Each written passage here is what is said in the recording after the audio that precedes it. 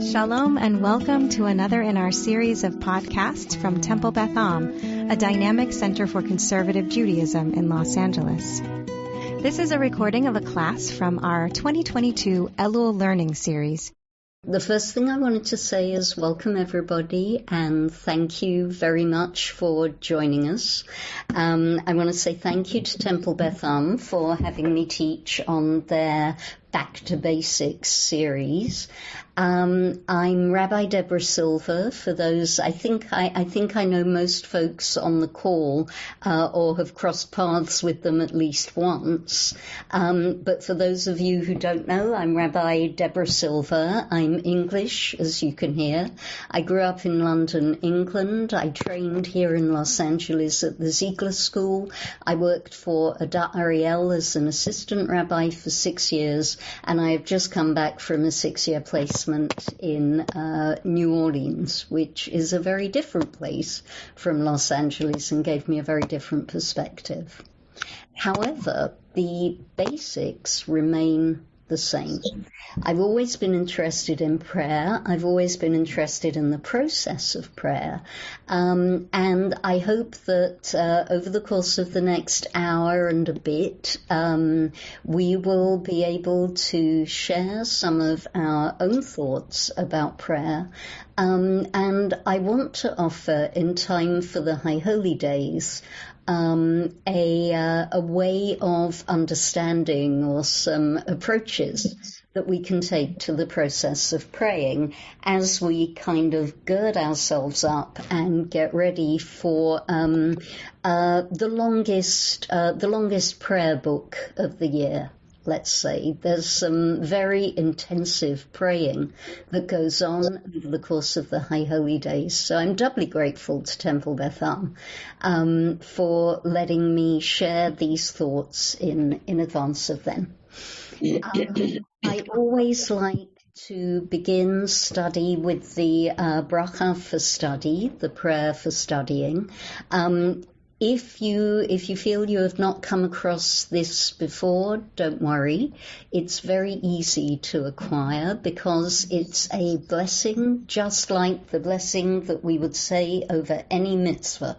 So the blessing over candles, the blessing over putting on your talit, exactly the same kind of blessing. It's just got a different end. So the words at the end of the blessing are la'asok b'divrei Torah, to engage in words of Torah, and it's a blessing with the formula Asher Kidshanu b'mitzvotav. Now, were this a live classroom we would join, we would be able to hear each other's voices. I want to ask us to be courageous. It will confuse the Zoom completely, but that is not my issue. More important is that we hear each other. So if you are willing to, please take yourselves off mute so that we can bless our learning, and we'll do it together. Baruch atah Adonai Eloheinu melech haolam asher kitzanu b'mitzvotav v'tzivanu la'asok b'divrei Torah. Thank you. And you can put yourselves back on mute, but now we know that there are real people there, and that even though this is a virtual room, it is a virtual room that is populated by real people.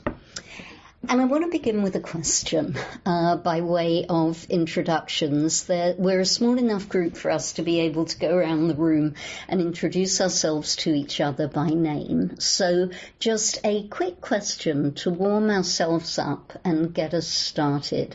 When did we last pray and mean it? Like really mean it? Okay, when did we last pray and mean it? So take just a moment to think about it. And then if we have a brave volunteer to be the first, let me invite, I see a hand. I see Tybel's hand. Tybel? Yep. Introduce yourself before you answer the question, if you would. Thank you. My religious name is Tybel.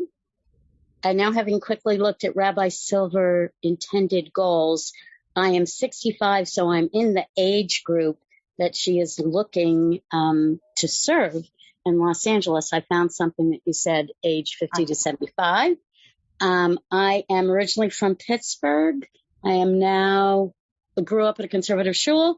I'm now living in Maryland. Given that, I'll do this wording, I am a ritually observant atheist.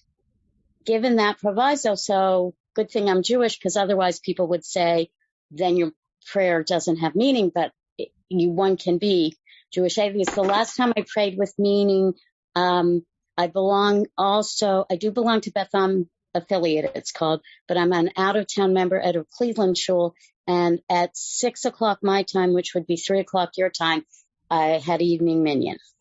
Thank you. Thank you. That's a really thorough answer. And just to say, yes, there is a great breadth in Judaism in terms of answering this question of who or what do we pray to or for or with or about.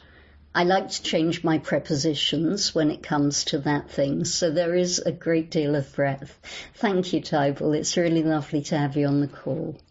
Somebody else? Please don't be shy.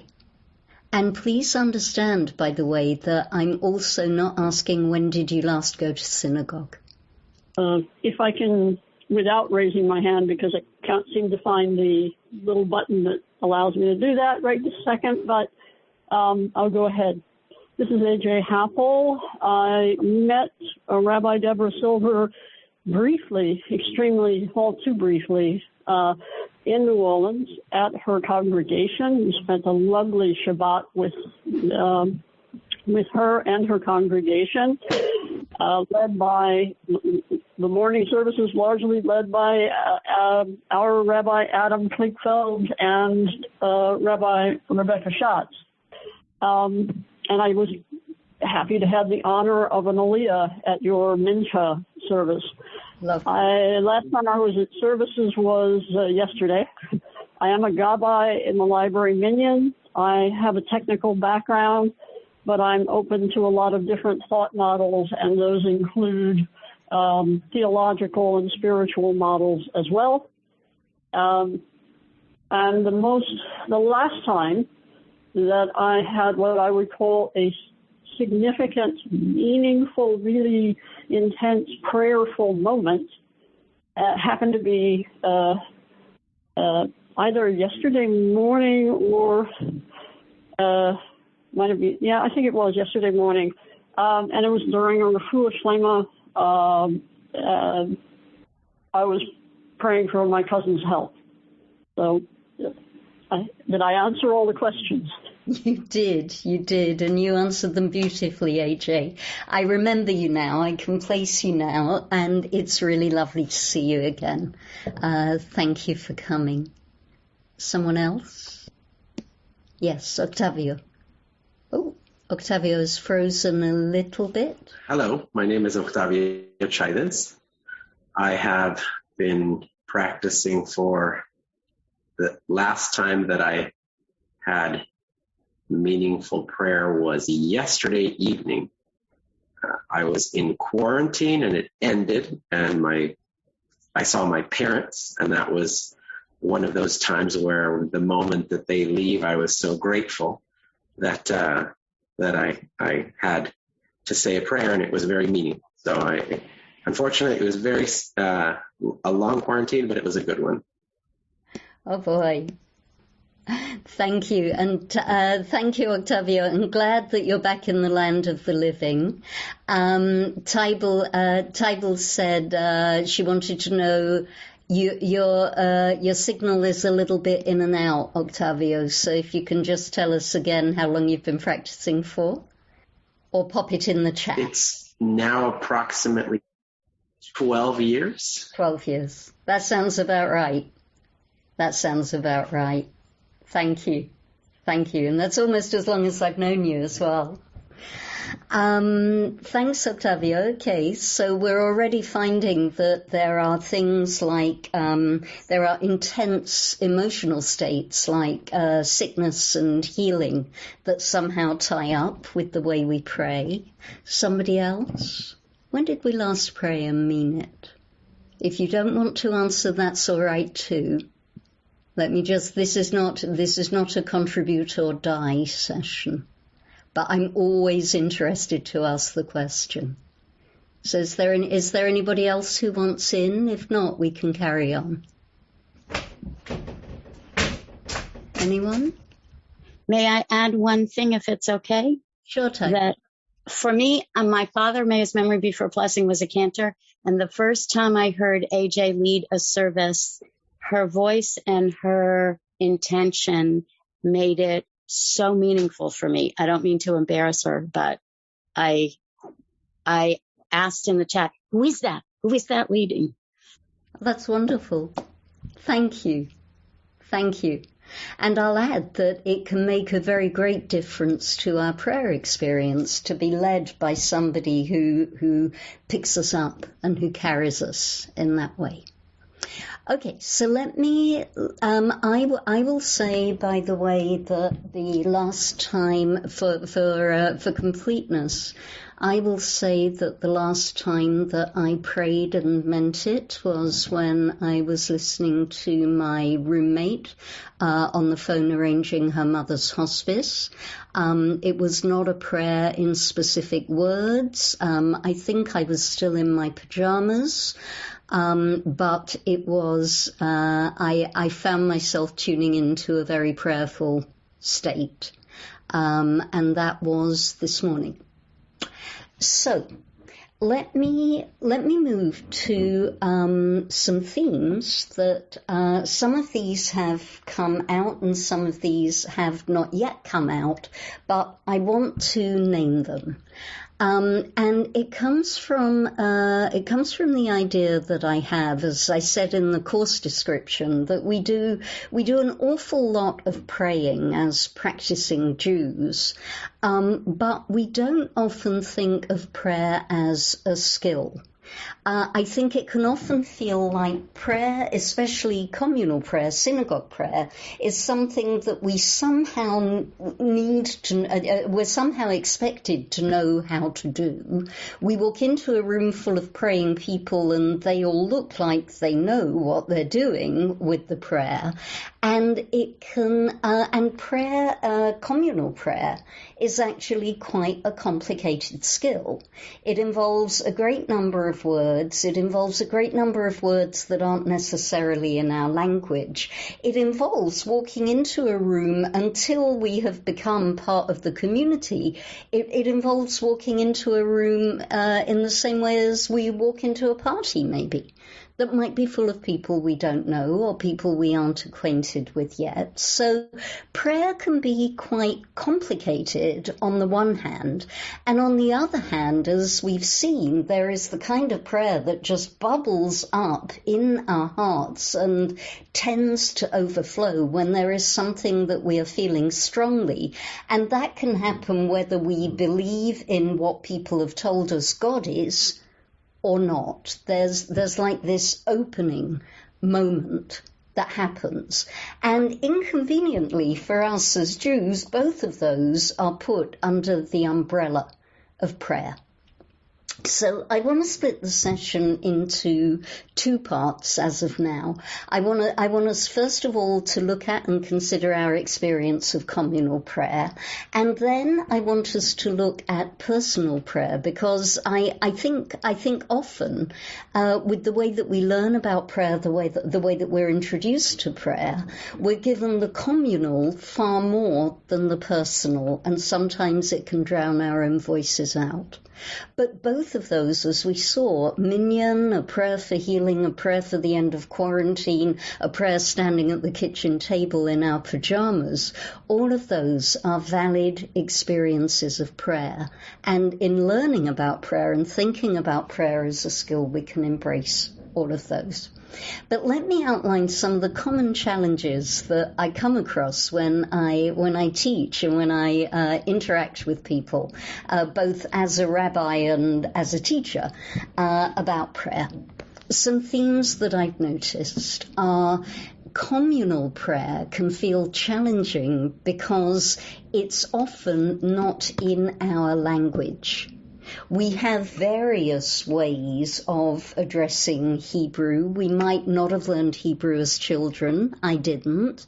It might have come to us late in life. How do we pray validly when we're praying in a language that isn't our own? So that's often a challenge for us. How do we stay focused and how do we concentrate on our prayer? In a communal setting, that can be really distracting because often we keep getting interrupted. Either the prayer leader is moving faster than we are, or the prayer leader is moving slower than we are, or somebody is standing up, or somebody is sitting down, or there's a child running around the room, or the fire alarm has just gone off. Whatever it is, we're constantly being pulled out of our focus and our concentration. And that can be a frustrating experience when we're trying to pray.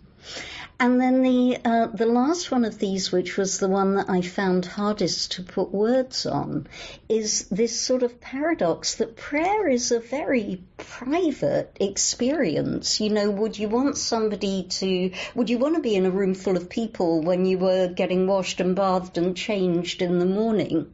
Arguably not. Prayer is more intimate than that. And yet we're in a room and we're expected to do it all together. It's T.S. Eliot, of all people, who talked about private words being declared or being addressed in public. And I think that can often be a challenge of communal prayer as well. How do we carry ourselves, our personal selves and our personal wishes and our interior reality into the public space? By contrast and in addition, we may very well have not grown up with the idea of personal prayer. Octavio gave us an example of personal prayer outside of communal space, outside of synagogue. Other faiths, particularly Christianity actually, are very big on spontaneous personal prayer. So one of the things when we try and pray outside of our communal spaces, one of the things that comes up for us is, wait a minute, is this authentically Jewish at all? Am I being a Jewish person? Am I doing a Jewish thing when I pray for myself in my own words? What if I get stuck? You know, what are the right words to use? You know, if I'm going to address God, or however I conceive God, what is the correct form of address to use? Where do I even start laying out my thoughts in prayer? And I added, when I was putting the notes together this morning, I added, why does this feel so weird? Because if we're not in the habit of praying personally, it can feel very strange to stand by the kitchen table and think, okay, what I need to do now is pray. Often it's situationally driven. Please God heal my sister. Please God find me a parking space. Please God let this plane land safely. Please God let this heat wave stop. Yeah. But it can feel a little disconcerting to talk in that way. So in summary, prayer can be a challenging experience. The good thing about it is that as human beings, we get to do it over and over again. We don't have to get it all right the first time. It's not a performance. Prayer is something that we move away from and come back into, that we flow into and out of over the course of a day, over the course of a week, over the course of a year. Yeah, so we can constantly be exploring, we can constantly be experimenting, we can constantly be refining, and all of this adds up to a key idea. If you take nothing else away from this session, please take away, there is no one right way to pray. There is no one right way to pray. There's a theoretically infinite number of ways to pray, depending on the location, the situation, the age, the frame of mind, our bodily health, the weather, that all of those are going to affect our prayer experience. And there is no, despite what we may or may not have learned in Hebrew school about when we stand up and when we sit down, there is no right way to do it. There are only ways of praying, and there are only approaches to prayer. So as far as communal prayer is concerned, I want to bring something from another part of our tradition. Give me a wave or give me some kind of signal if you have come across ever in your Jewish learning this idea of the orchard or the pardes. Has anybody come across those? Tybal has come across that before. Anybody else? Any other hands? Mara has come across it before. And can I ask in what context you came across pardes? I'm going to explain pardes and I'm going to apply it to Jewish prayer. But can I ask in what context you came across it? I see it's a pomegranate tree, but you're not talking about pomegranates. You're talking about stam pardes, yes? Yeah. I just wanted a nice picture. I think those are apples, actually. Yeah.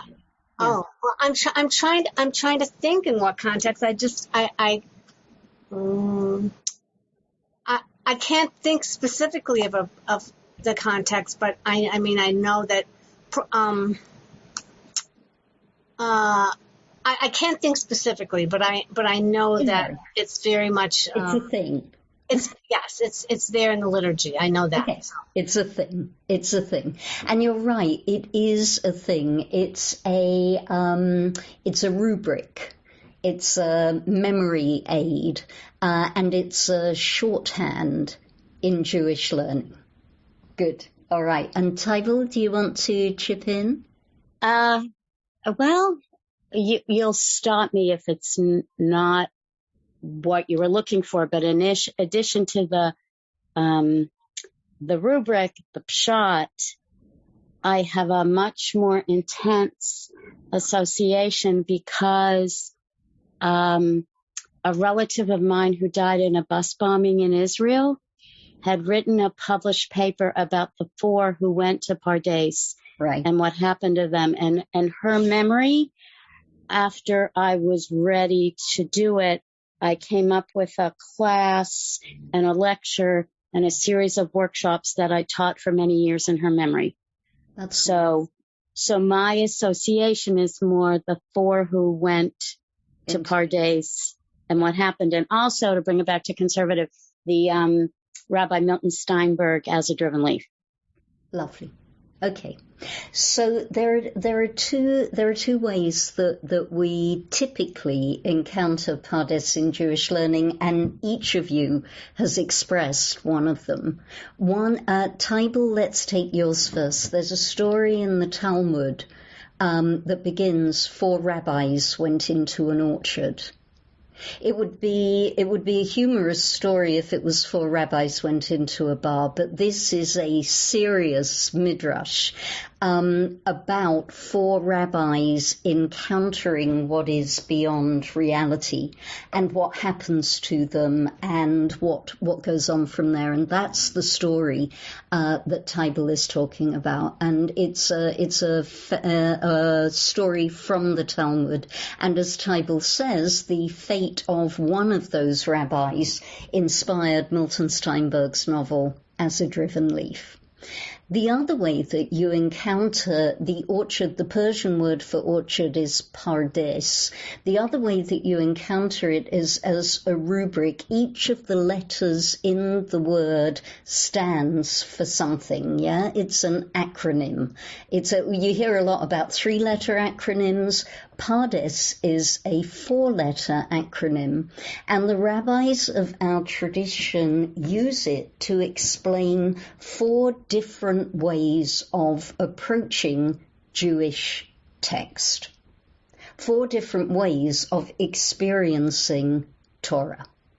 And I thought, well, if Pardes gets used as 4 different ways of experiencing Torah and other Jewish text, what would we learn if we applied it to our experience of Jewish prayer?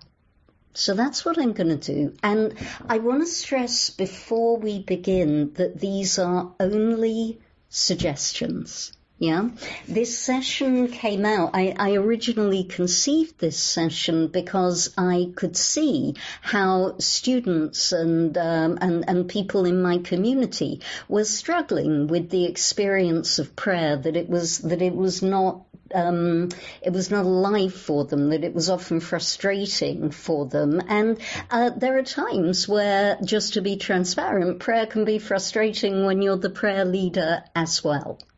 The continued exposure to prayer and those sort of tacit expectations that I was talking about, is there a right way or a wrong way to do it, and can we get done before lunch, and when is it time for Kiddush, and why will the person next to me not do it more loudly, or not do it more softly, or just not do it at all.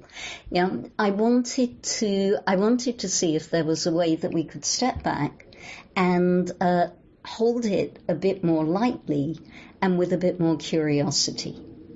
And since the rabbis created this idea of Pardes, these 4 different approaches, in order to be curious about Torah, I want to offer them as a way of being curious about prayer. Let me pause for a moment, ask if anybody has any thoughts, observations, questions. Anything bless you, Esther. I just want to say, anything before we begin. Kol Kavod to you for coming up with that. I think that's actually, it's brilliant. Bless you.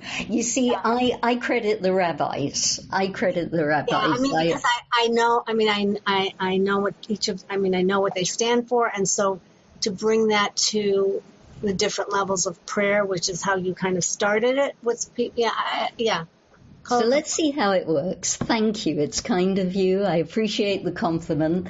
I dedicate the compliment to the teachers who came before me. And let's play.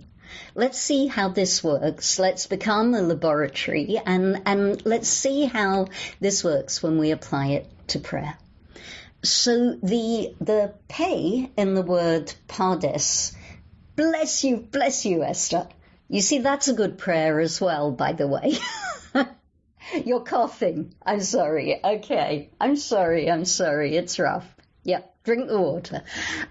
So the first of these initials, the pei, the Hebrew letter pei, stands for pshat. And pshat is often translated as simple or superficial. But the true meaning of the Hebrew word pshat is that you're sort of doing, it means spread out or spread thin. Yeah. And if we take that approach, that when we look at it in terms of Torah, pshat is just look at the words. Just look at what the words say. Here is a word and here is what it says. So at best, pshat would be you're reading the words out loud in Hebrew, maybe with the help of a translation, or maybe you know how to translate them already, but your reading experience is not going deeper than that. So you can see how it comes to be spread out. If you're reading that way, then you can get through quite a lot of text in quite a short time, which is why I chose the visual that I chose. So pshat is reading the prayer. With the Siddurim that we have, we can read the prayer in English, or if our language skills permit it, we can read it in Hebrew. Either way, what we're doing is building the basic skill of reading and articulating the Hebrew. Just because it says simple doesn't mean it's basic. If you think about it, reading a prayer in Hebrew is actually quite a complicated business altogether.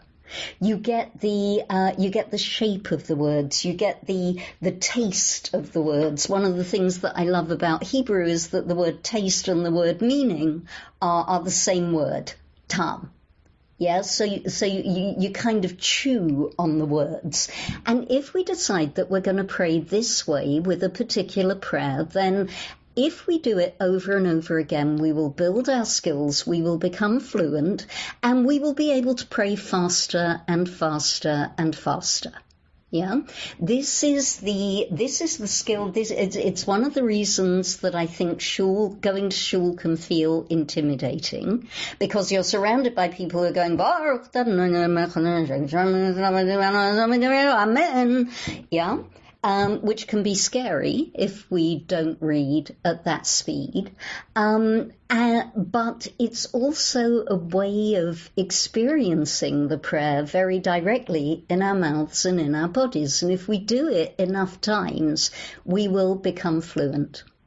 And the upside, I'm going to suggest that each of these approaches has its advantages and its disadvantages.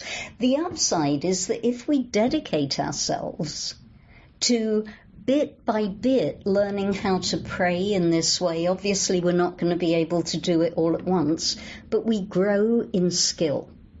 And there's something very special about that and very rewarding about that. The first day that we can get all the way through the Shema in Hebrew. The first day that we can get all the way through the first paragraph of the Amidah in Hebrew. The first day that we manage one of the tricky middle paragraphs of the Amidah in Hebrew, the first time that we're able to do a piece of Hallel, and so on and so on and so on.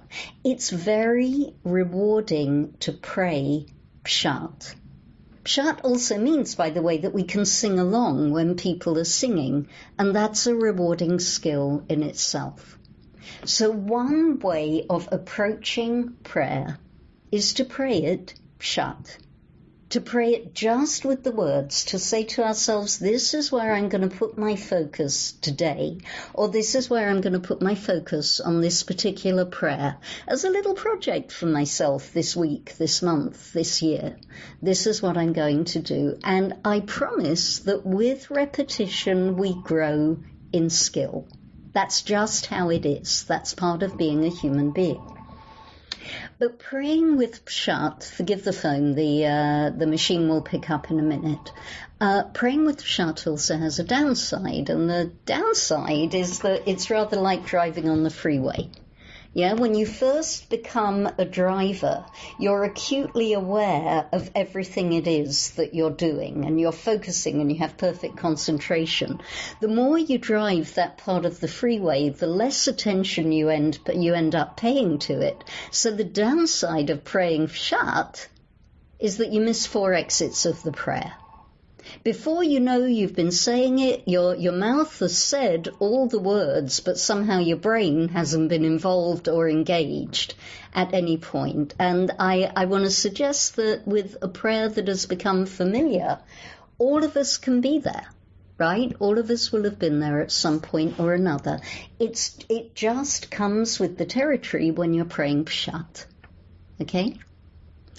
Any thoughts, reactions? Yes, Mara, have at it. So, I'm a little confused. I want to just understand what you said. The downside you said is missing 4 exits on the freeway, and I'm not sure why.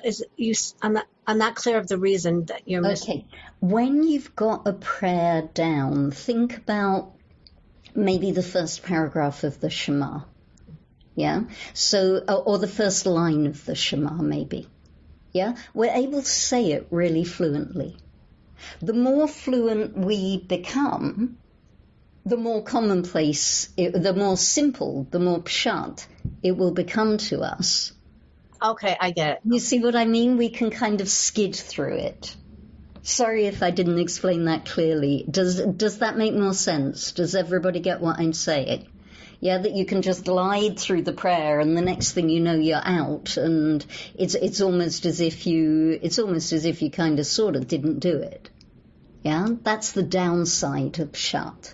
Yeah, it can be really rewarding as we're learning. It can be less rewarding once we've learned it. But fortunately, there's more than one way to pray a prayer. So let me bring us now to the... May I ask what I hope will be a quick one? because I can tell how carefully you're using words. And I want to make sure that I understood in your mind the distinction you were making between simple and basic. Yeah. So tell me what you're asking. Well, what I thought you meant, but I want to be sure, is that basic to you is beginning. Yes. Or starting out. Yeah. But simple means the concept itself is easily understood. Not quite. I'm glad you're calling me on this, because that's not quite what I meant. I think what I meant was basic means something that you can grab with practice. Yeah. The first line of the Shema is, in its way, pretty basic, but it's not in the least simple. Yeah, it's 6 words. You can learn the 6 words. You can learn them. You can learn them by writing them down in English letters. You can learn them by writing them down in Hebrew letters. Yeah, so they're basic, but they're not simple. Does that clarify it or make things worse? It makes it more interesting. I got basic. I'm going to think more about. I got the basic, but the simple. I think there are more layers of that. Mara. That's what I'm saying. Simple is actually not simple when it comes to prayer. Yeah, pshat is not pshat when it comes to prayer. There's a lot of work there, and there's a lot of work to do. Getting the Hebrew, getting the flow, getting the tune if there's a tune, getting the repetition, keeping up with the person at the front of the room who's leading it. Yeah, none of that stuff is basic. Yeah, none of that stuff is simple. Leave alone what the prayer actually means if you're reading it in the English. See what I mean? Does that help? Mara? It's not me, Rabbi Silver. It's Tybal that's been saying this. Oh, I'm sorry, Tybal. I thought I was. Oh, sorry about that. I thought you were switching back to Mara's question when you were answering mine. Yes, though I'm still going to think about it. Okay, please go ahead and think about it. It might be clearer once you've got the other 3 pieces. Shall we move forward? Okay, so I want to reverse the order of the middle letters of the word. And I want to take the word that begins with daled next. And the word that begins with daled is translated as drush. And you've heard this word before if you've ever heard the word midrash, because it's at the root of the word, or if you've ever heard the word drasha, which is the kind of Heblish that we use to describe the rabbi's sermon. The true meaning of the word drash is to inquire very deeply into something.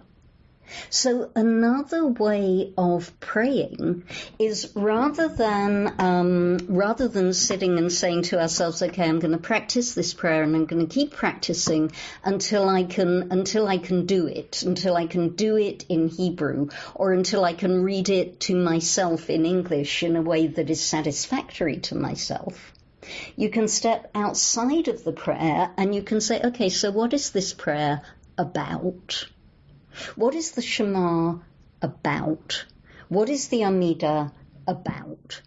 What is the Aleinu prayer about? And as soon as you start asking questions like that, and this is a valid way to pray, then you're in the territory of drash. Because it's not just the words on the page and what you're doing with them anymore. It's the questioning of the words on the page. Do you see what I mean? And consciously or unconsciously, a lot of us pray this way in synagogue a lot of the time, especially if we have siddur with commentary. Because as we're casting our eyes around on the page as the service is going on, we catch sight of what a teacher had to say about a prayer, or the history of the prayer.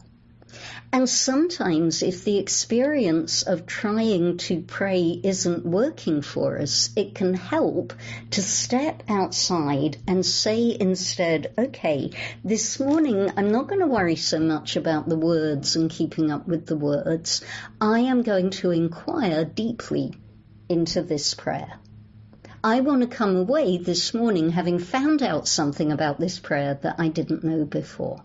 Now, for that you need commentary, or you need somebody next to you to discuss it with. I always like to tell myself that when people are talking in shul, they're actually discussing the prayers or whatever it is that we're reading.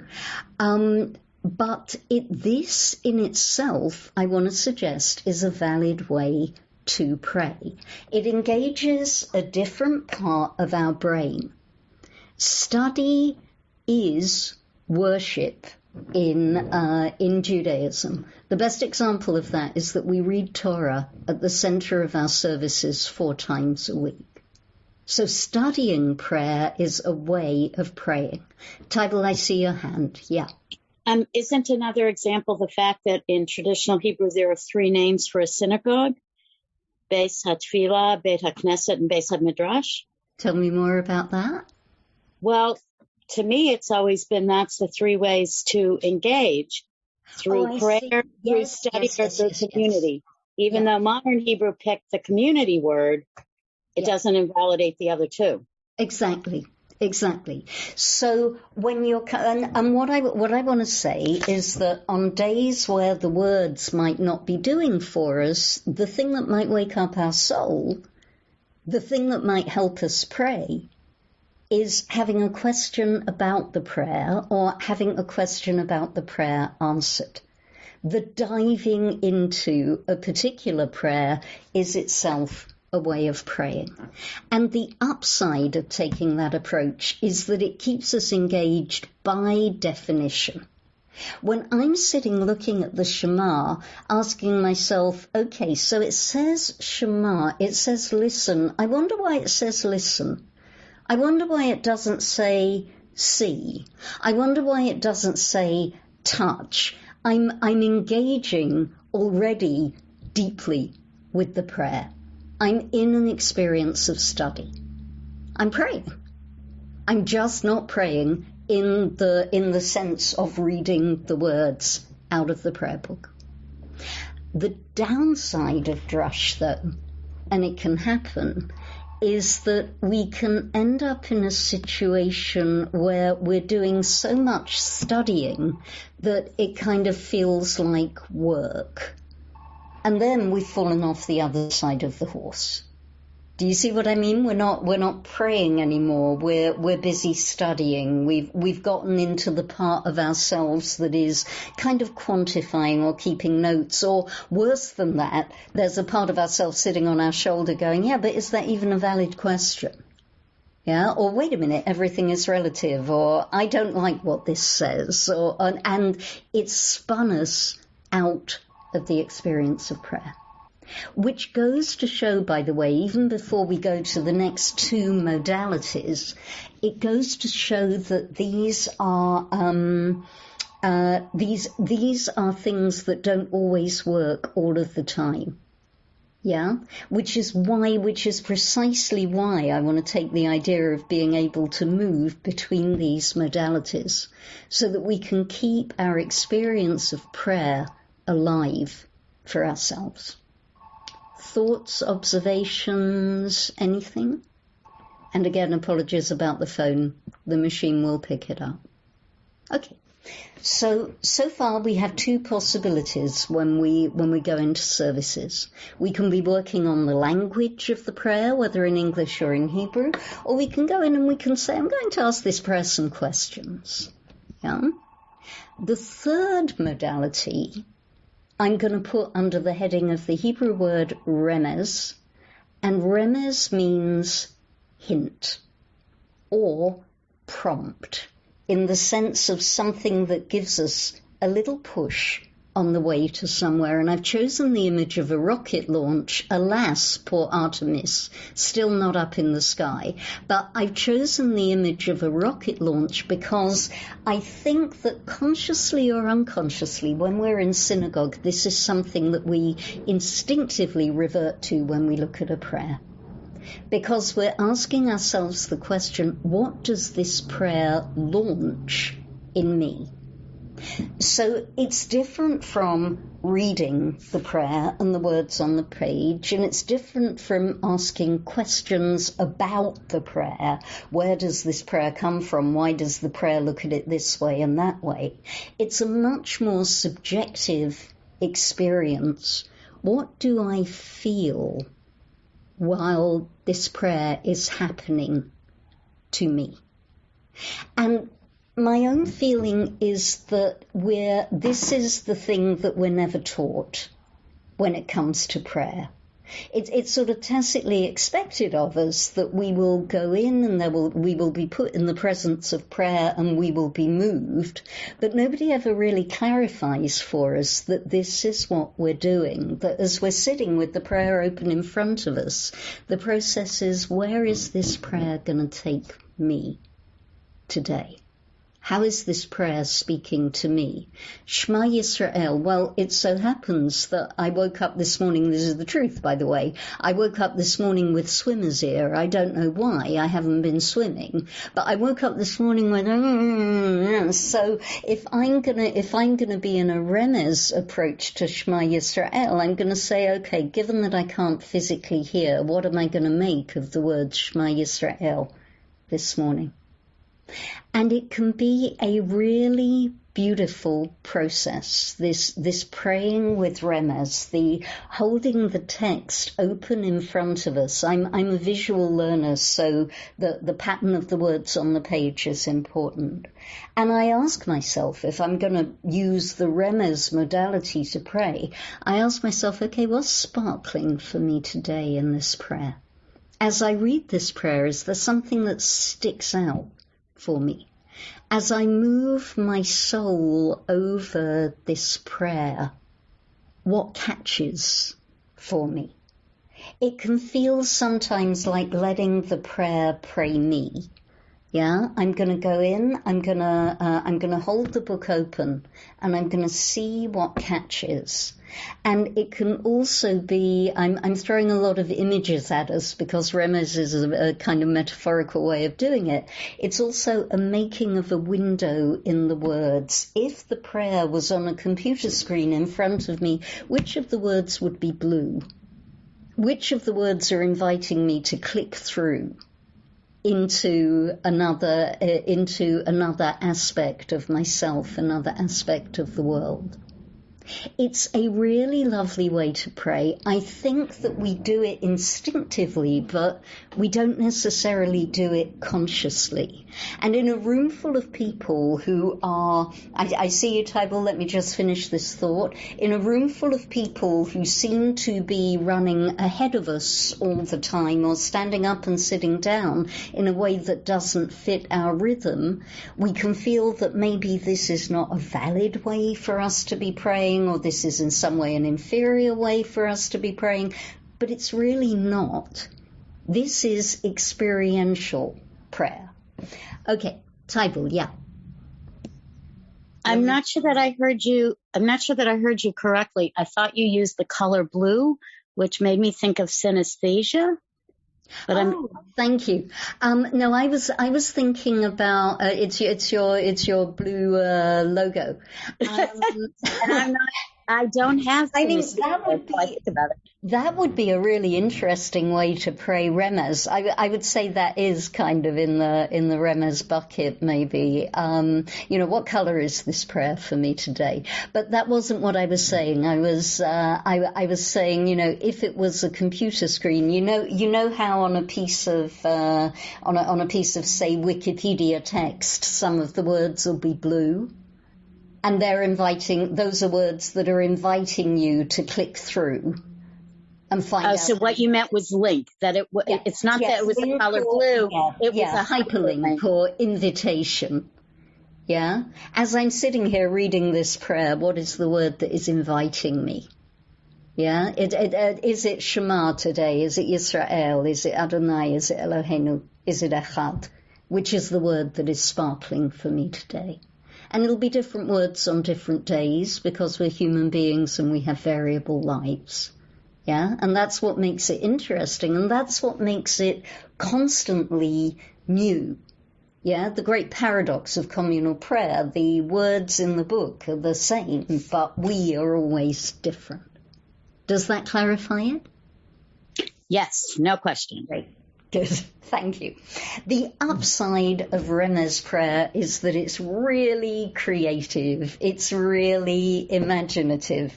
The downside is that because it's so subjective, it's actually quite easy to get distracted. You know how this goes, yeah? So, Shema Yisrael Adonai Eloheinu Adonai Echad. Wonderful. Okay, Shema. Listen. Okay, what is it? When did I listen? When did I last not? Oh, heck, you know what? I was on the phone with my mum the other day and she said something and I didn't listen to it, or she accused me of not listening to her. And the next thing you know, you're not praying anymore.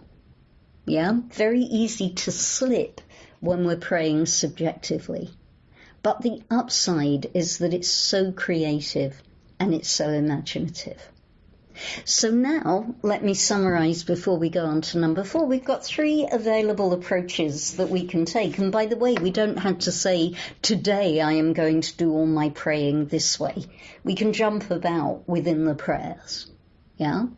There's the Pshat. We're going to learn the prayers. We're going to learn them in the Hebrew. If we don't learn them in the Hebrew, we're going to read them in the English. That's still a Pshat approach.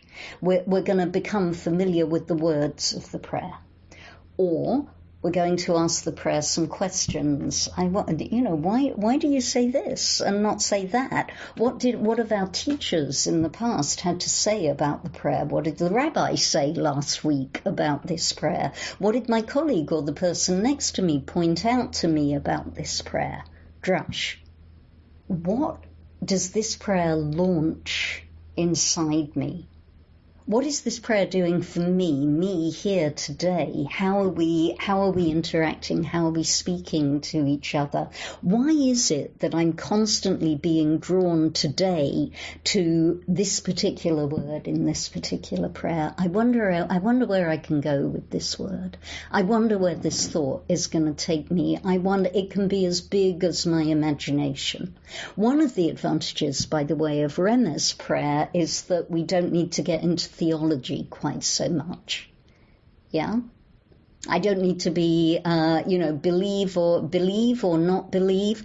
The Mariv prayer, the prayer about how day rolls away in front of night and night rolls away in front of day. I can lose myself in those words and those images, and I don't have to be asking myself theological questions.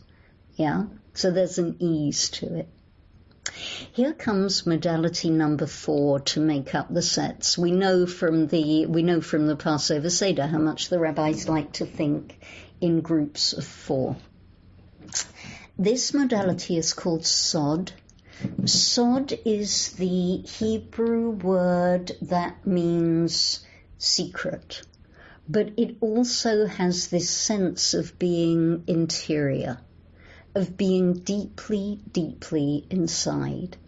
And if I go into a synagogue and I am going to allow myself to pray in this way, it essentially amounts to putting myself in a meditative state. I'm probably, I'm not reading the words. I'm not asking about the history of the prayer or the meaning of a particular word or what teachers have had to say about it. I'm not being subjective. I'm not finding myself in the prayer or letting the prayer find me. I am coming to that space so that I can be in a holy, in both senses of the word, a holy, transcendent state. The words of the prayer, the music of the prayer are a backdrop to my internal journey. and the prayer has transcended language. And often we don't do this consciously in a synagogue setting, because maybe we've done it, I don't know, in the silence of the Amida maybe, or in Kol Nidre. But often we don't go in with the conscious agenda of, today I will bring my meditation to this space. And yet this was a very real modality for the rabbis. Singing can help, humming can help, chanting can help. All of these are our sod experiences of prayer. It takes a little bit of courage to commit yourself to praying in this way. And because our communities are full of people who care, if you're sat there with your eyes closed for a very long period of time, the odds are on that somebody will come and put their hand on you and say, hey, are you okay? And that's because unless we are in a meditative service, and I know that Rabbi Klickfeld does meditative services at Beth Am, but unless we're in a service that has got the label meditative, then this isn't always something that we bring to the room. But it's so important. It's deeply internal, and it is a valid way to pray. The upside is the release and the freedom that it brings. The downside is that it's a very solitary experience. So doing it in a room full of other people can sometimes feel a little bit off. But it's a very beautiful way to pray. And if we're worn out, if we're exhausted by wrestling with the words, or asking the questions, or the words don't feel like they're talking to us today, this can be a wellspring to which we can retreat and which we can drink from until we're ready to come out again. And I would love, nothing would please me more as a rabbi than to see more of this going on in the rooms that I inhabit. Thoughts, questions, reactions? Can you just say the last thing? Sorry. Yeah. Can you just repeat the last thing you just said? That you said, you said it can be. When you're saying it can be, I don't know the words you use. Something, place to go to, and a wellspring. What can you repeat what you said? A retreat, maybe. Yeah. Yeah. And a wellspring and a safe place, I would say as well, a haven. Consciously going in and saying, how would I put it? I would almost say, I'm just going to sit here. Well, I'm a God person, so this might not speak to you, but I'm going to sit here and wait for God to come to me, is one way that I would put it. I can't find the words. I can't find I'm just going to try and be still and let something reach out to me. I don't know if that helps or not. Yes, I understood. I just wanted to get the wording. Thank you. Yeah. Sure. You're very, very welcome. Okay. Oh, and your hand has gone up again. Well, because that was Mara speaking. Oh, and I'm Tybal. Sorry. Oh, Mara, I'm sorry. Do our voices sound alike? I can't, you can never tell what your own voice sounds like. I'm the one who woke up with swimmer's ear this morning. Oh, so I think true. That must be what's going on. So true. I'm so sorry. Mara, I'm really sorry.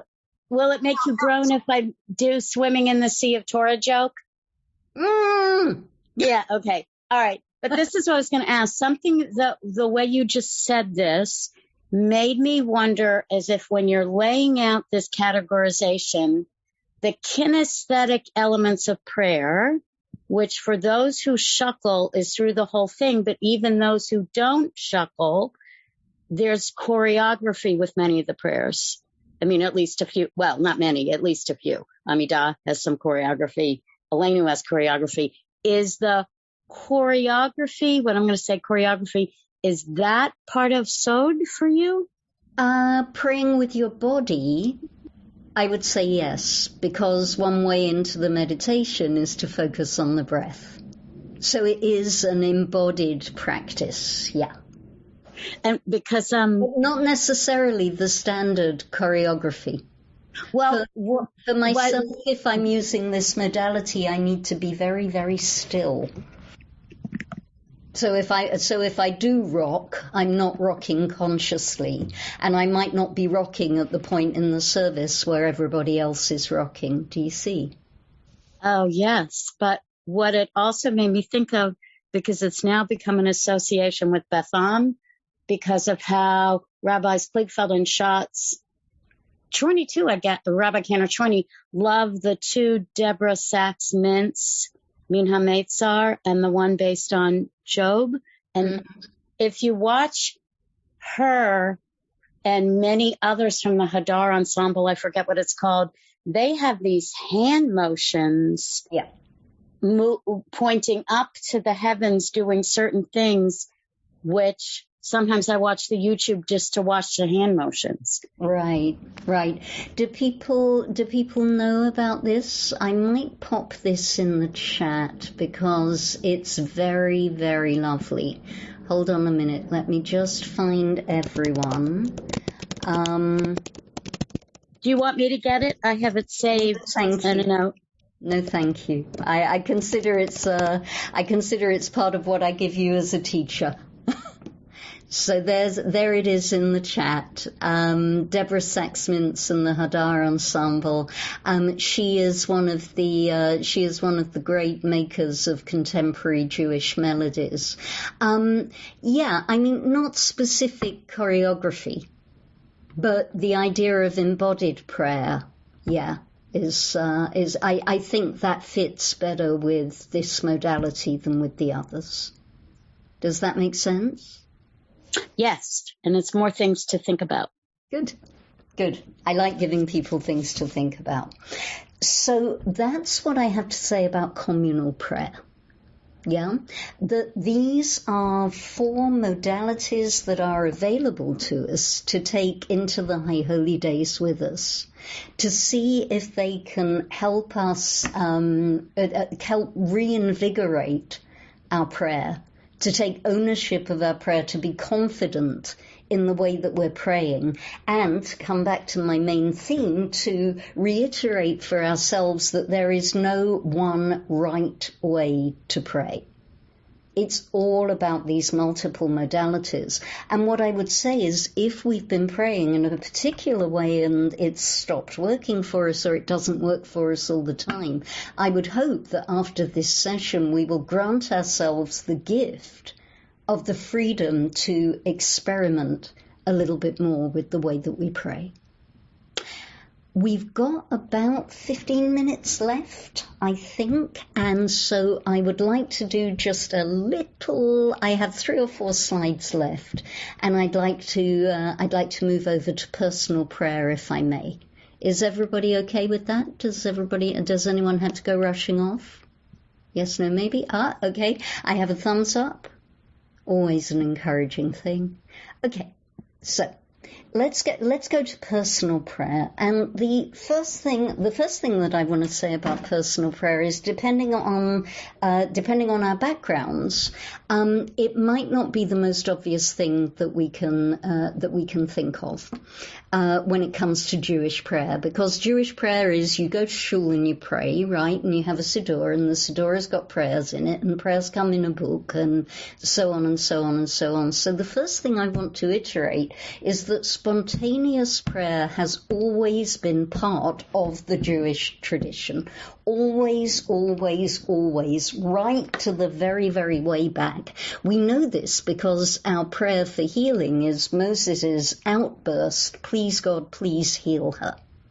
We know this because of the other prayers that we encounter in Torah, And yet, for some reason, we often don't have the confidence to say to ourselves, I can pray in my own words. I can pray at any time, in any place. The Neo-Hasidic tradition has given this back to us, but for a lot of us, we may have been brought up to think that the prayers that we get to say as Jews are the prayers that are in the book. Thank God we are living at a time where there is a reclaiming of personal prayer, but it's always been there. The treasure was hiding under the stove all the time. One of my favorite little bits of Talmud. Yeah, we might worry that spontaneous prayer isn't Jewish, but I give you the model of Rabbi Akiva. This is an aspect of Rabbi Akiva that is maybe less well known than the other ways that we encounter him. We've had a lot of my voice in this session. Would somebody be prepared to read? I can read. Thank you, Mara. Have at it. Bechavot.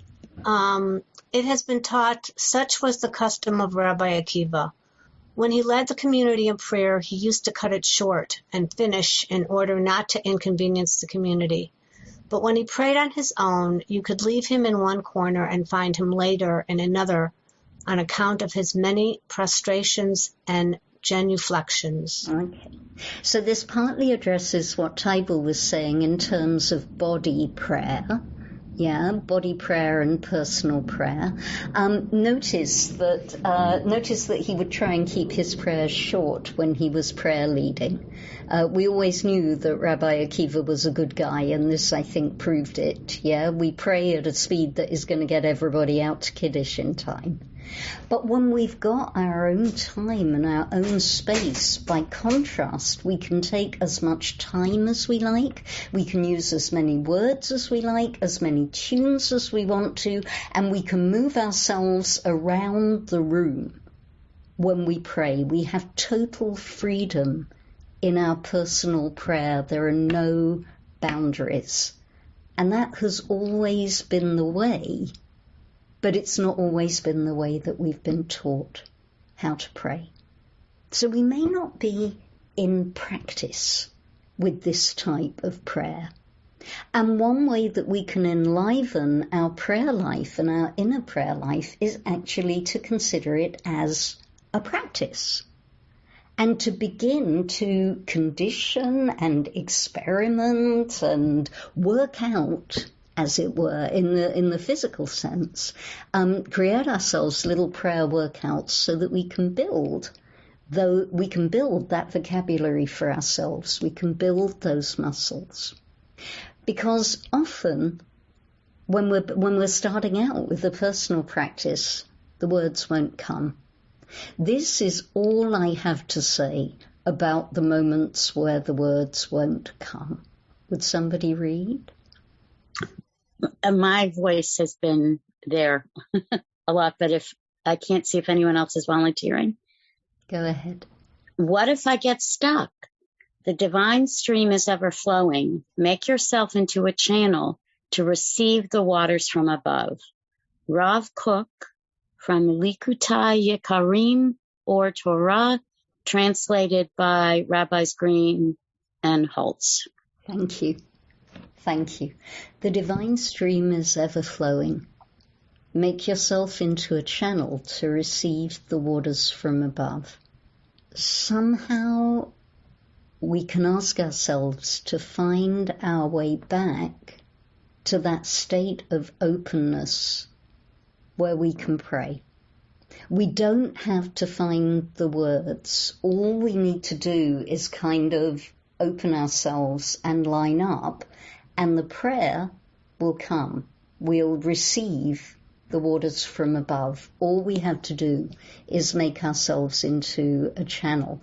There's such trust in this quotation. There's such wisdom. There's such confidence. We don't need a book. We don't need a building. We don't need special clothes. All we need to do is open up and we'll be praying. It's one of my favorite quotations about prayer. And bearing this in mind means that we can feel confident in developing our own practice. Yeah, our own tachanunim, the prayer that is coming from inside ourselves. So I want to offer that as a possibility for personal prayer. But I also want to offer another treasure that has been hiding under the stove, hiding in plain sight, and that is the practice of saying brachot. If we're stuck with how to pray, we can always fall back on a bracha. We can always fall back on an acknowledging. It's a way of acknowledging a moment. So Rabbi Meir, who was a student of Rabbi Akiva's, by the way, looks at this word in this verse, what does the Lord your God require of you? The word is ma, the Hebrew word for what, and says that word doesn't say ma, that word says mea. If you fiddle around with the vowels, that word says mea, which is the Hebrew word for 100. Mea is what God requires of us. Mea what? 100 what? 100 blessings. 100 blessings a day. I'm not great with math, but I think that works out about 1 every 10 minutes for the average time that a human being is awake. So if we are moved in our personal lives to pray, the saying of a bracha is a vessel that is always available there for us to pour our feelings into. We saw at the beginning of today's session, we saw that we have between us in our sort of communal mind, the traditional format of the blessing. Baruch atah Adonai Eloheinu melech haolam, something, something, something, something, something else. Yeah. And I want to offer that if we're saying a bracha to acknowledge a particular moment in our day, the second half of the bracha doesn't have to be in Hebrew. We can allow ourselves the freedom of doing it in English. We do this at camp often. Yeah, you take your students out on a morning walk, and you let them stop and make a bracha anytime they see they want something they want to make a bracha about. Baruch atah Adonai Eloheinu melech haolam, who made this beautiful flower, and everybody says amen. Yeah, we can, as adults, we're entitled to take that back as a practice. And so, pardon me, what are the bracha? Where do we start if we want to build ourselves a bracha practice? What are the ones that we already know? There are a couple of brachot that are capable of traditional brachot that are capable of working very hard for us. The best go-to is for anything that we're ingesting is shehakol nihya bidvaro. Yeah, which means Baruch atah Adonai, praise to you, Holy One, Eloheinu melech haolam, power, mystery, ruler of the world. Shehakol nihya bidvaro, that everything comes into existence because of your word. That everything is here because of you. It's a prayer that works better for theists than atheists, but it's a useful one to have up your sleeve. A favorite, though, of mine is this format. I don't know how many people are familiar with this. Shekach lo be'olamo, in whose universe it is thus. Praised are you, ... in whose universe it is thus. It works for birds, it works for butterflies, it works for trees, it works for sunsets, it works for thunderstorms, it works for rain, it works for rainbows, it works for when your dog comes up and licks you. It's a really, really useful do-all prayer. When I'm praying in English rather than in Hebrew, my own personal equivalent of Shekach lo ba'olamo is nice job, God. And that's a prayer I often say. And it's very available. And it's a bracha. We can add new brachot to our vocabulary one at a time. I strongly, strongly encourage creating brachot of our own.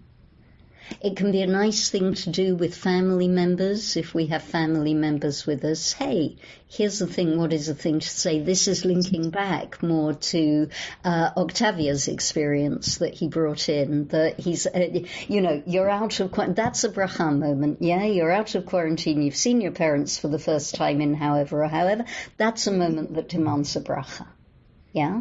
But it doesn't have to be a bracha in traditional words. It can be a bracha expressed in different ways. There would be room to do Marig, yeah. I just wanted to clarify. Ask you: Is Shehakol Bidvaro? Is that the blessing we say on food when we're not eating bread? Or It is. Okay, that's right. Okay. Yep. It's the bracha for chocolate and cheesecake and everything in between.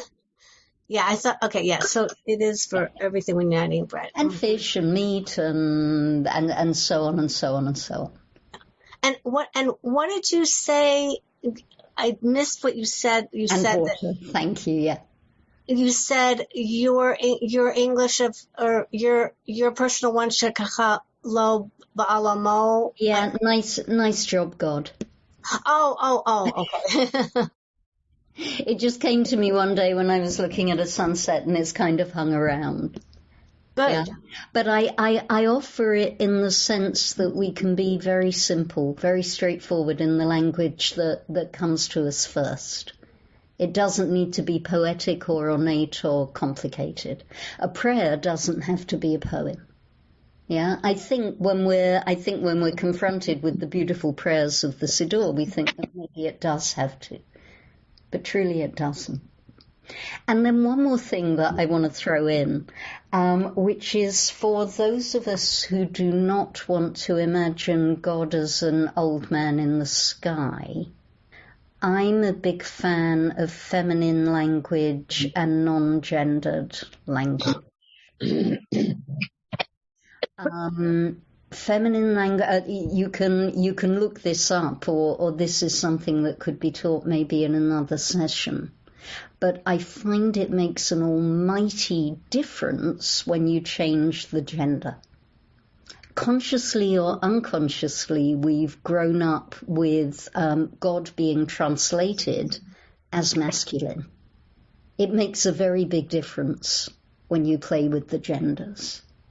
So, Brucha at Yah, or Brucha at Shechina, praise to you, God, is one feminine iteration, and non-gendered may be my favorite of all, Nevarech, let us bless.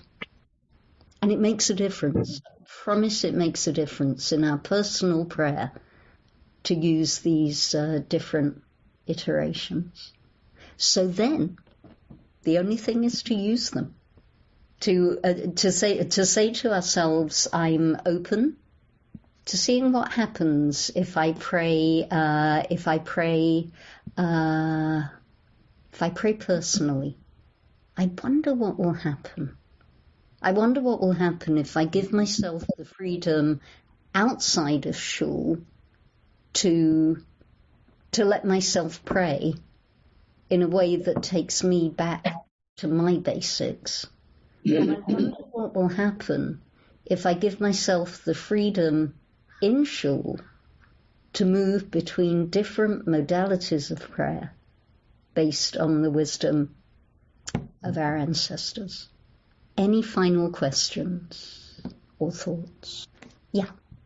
Yes, I put it in the chat, but I'm having more trouble typing. When you started with the Nevarech formulation, do you use Marsha Falk's Nevarech, or you have your own or someone else's? I play around with it. The Marsha Falk iteration is, are you talking about Nevarech et Mayan Chayenu? I can't hear you. Yes, though I think she, over the years, has had more than one Nevarech. Exactly. Yeah. There is a writer called Marcia Falk who's got beautiful non-gendered language for prayers. And sometimes I'll make up my own. Sometimes I'll say avarech because it's just me on my own. Sometimes I'll say I bless. Sometimes I'll say thank you. Sometimes I'll say praised be, and so on and so on and so on. Yeah, I think it's more about allowing ourselves the freedom to put ourselves in the divine stream and see what comes out. Yeah, I do believe that when we put ourselves in that flow, then what comes out is not going to come out wrong. Other final thoughts? If I may, just to thank you for being so open to questions. Oh, my pleasure. Questions are what it's about. Truly. Thank you. Always a pleasure. I mean, this is a longer piece, but I think it is difficult, and that is the challenge, to be able to go, allow oneself to go in and out of these different realms in a communal space. Sure. It's much easier, obviously, in a personal, private space, but in a communal space. Agreed. And that's but I think, thank you, Taibo. I think it depends. I mean, with the rabbis that you've got at Beth Am, I would say that permission is there. And I think it also depends very much on the space. A big room feels different from a small room, and outside feels different from inside. Yeah? But if we don't allow ourselves the freedom to experiment, I think that we run the risk that our prayer loses meaning. And if our prayer loses meaning, often I think it feels to us that we're doing something wrong. And it can be frustrating or irritating. But the wisdom is there, the means are there. And the more of us who pick it up and do it, the more normative it's going to become. Yeah. So if you see me sitting in the back row with my talit over my head, that's why. Yeah. And now I have to ask, I know we're over time and it's me again, but I'm in Maryland, and the camera doesn't show the back row. I'm now interested to know what your talis, or you may have more than one, but what your talasim look like, because given the sense you've given me as a teacher, I have a feeling that your talis has real meaning for you. It does, but I don't want to take up time in the session, if that's okay. And I didn't come prepared to talk about it. It's quite a personal thing for me to talk about. Sorry that I asked. Yeah, no, that's okay. That's okay. It's always all right to ask. I have a few. Sorry, hold on a minute. Yeah, I teach a whole session on talit, but that's not for tonight.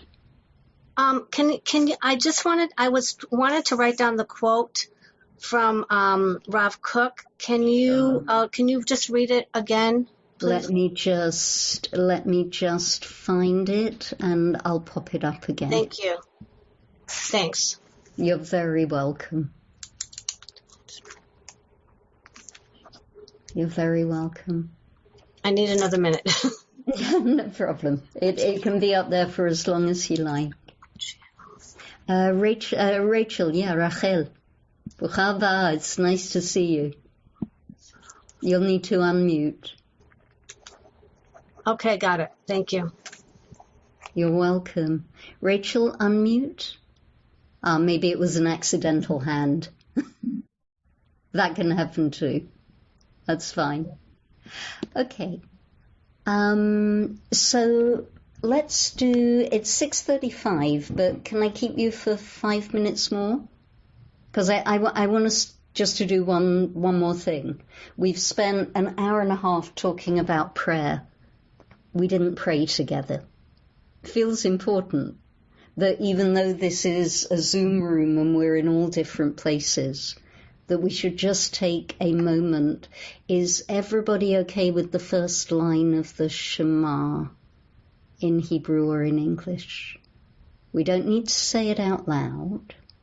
We don't, if you want to choose to experiment with one of the modalities, let me just remind us that Pshat would be saying the words.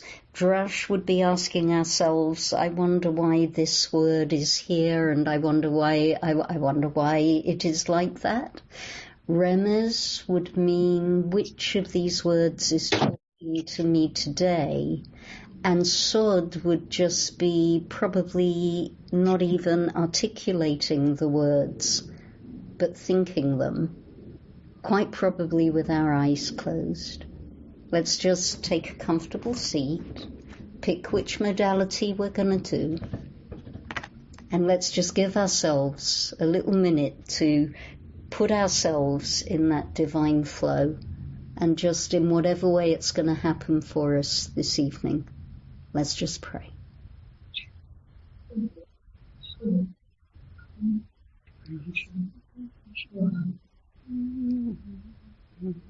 Shema Yisrael, Adonai Eloheinu, Adonai Echad. Thank you, everybody, for coming. I don't know if Ari wants to talk about other sessions that are going to be coming up this week. I know that you can go to the Temple Beth Am website and there's an incredibly rich collection of Elul studies available for everyone. Ari, do you want to add anything? Thank you for all of the lovely things coming up in the chat. I'm very touched. Okay, if not, then let's give each other a wave, because I always like to wave at the end of a Zoom. I think there's something very powerful about the waving experience, and we will see each other again soon, I hope. You have been listening to another in our series of podcasts from Temple Beth Am, a dynamic center for conservative Judaism in Los Angeles.